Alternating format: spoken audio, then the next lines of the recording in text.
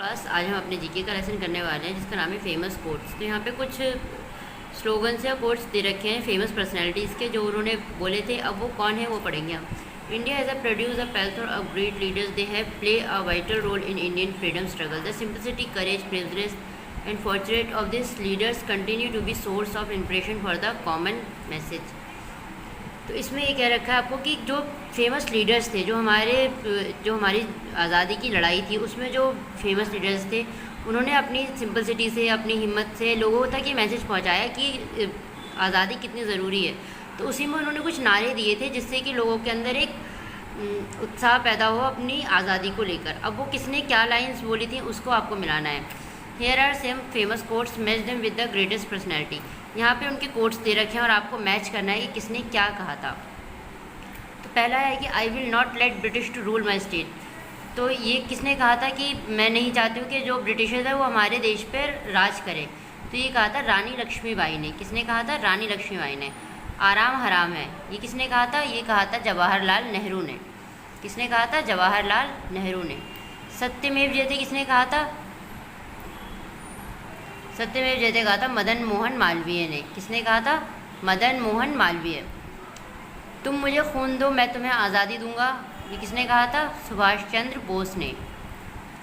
Patriotism is religion and religion is love from India. तो ये कहा था कि देशभक्ति एक धर्म है और धर्म है कि हम अपने देश से प्यार करें, और हमारा धर्म हमें कहता है कि हम अपने देश से प्यार करें। ये किसने कहा था? ये कहा था बंकिम चटर्जी ने। ठीक है। Swaraj is my birth right and I shall have it. और ये स्वराज मेरा जन्म सिद्ध अधिकार है और ये मैं लेके रहूँगा, ये किसने कहा था?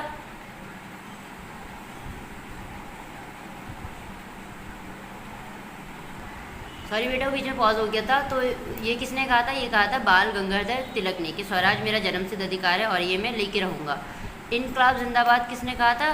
भगत सिंह। और लास्ट है आपका जय जवान जय किसान। ये किसका नारा था? ये था लाल बहादुर शास्त्री जी का। तो ये आपको काम अपनी कॉपी में करना है। इसमें आप सिंपली कर सकते हो कि इनके नाम लिख के और इधर इनके कोट्स लिख के उन्हें आपस में मैच कर सकते हो। अब हम इसके बाद एक लेसन और करेंगे। अगला लेसन है डांसेस ऑफ इंडिया। जैसे कि हम सब जानते हैं कि इंडिया जो है बहुत सारी वैरायटीज़ का देश है, बहुत सारे तरह के लोग रहते हैं।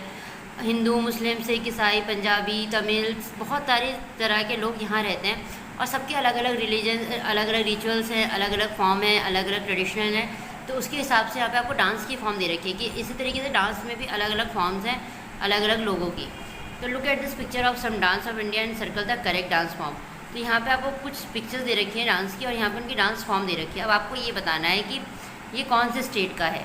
तो पहला देखो क्या है, the dance is from Orissa. ये जो डांस है ये उड़ीसा की फॉर्म है। तो ये कौन सा डांस होगा? उड़ीसी, गरबा या घूमर? तो ये उड़ीसी है क्योंकि ये उड़ीसा में ज़्यादा किया जाता है। The dance is from Punjab. ये पंजाब की डांस फॉर्म है। उड़ीसी, भांगड़ा या बिहू? तो ये भांगड़ा है। पंजाबी लोग ज़्यादा भांगड़ा करते हैं ना, तो ये भांगड़ा है। The dance is from Tamil Nadu. ये जो डांस है कहाँ से है? तमिलनाडु से। तो इसका नाम क्या है? भरतनाट्यम, कथक या डांडी? तो भरतनाट्यम। इसमें आपको भरतनाट्यम पे सर्कल करना है। अगला है this dance is from Manipur. ये मणिपुर की डांस फॉर्म है। तो इसका नाम क्या है? इसका नाम है Manipuri. This dance is from Kerala. ये डांस आपका कहाँ से आया? केरला से। केरला में ज़्यादा किया जाता है। तो इसका नाम क्या है? Kathakali. The dance is from Uttar Pradesh. ये जो डांस है ये उत्तर प्रदेश की फॉर्म है डांस की। तो ये है कथक। तो ये सारा काम था जो आपको अपनी कॉपी में करना है।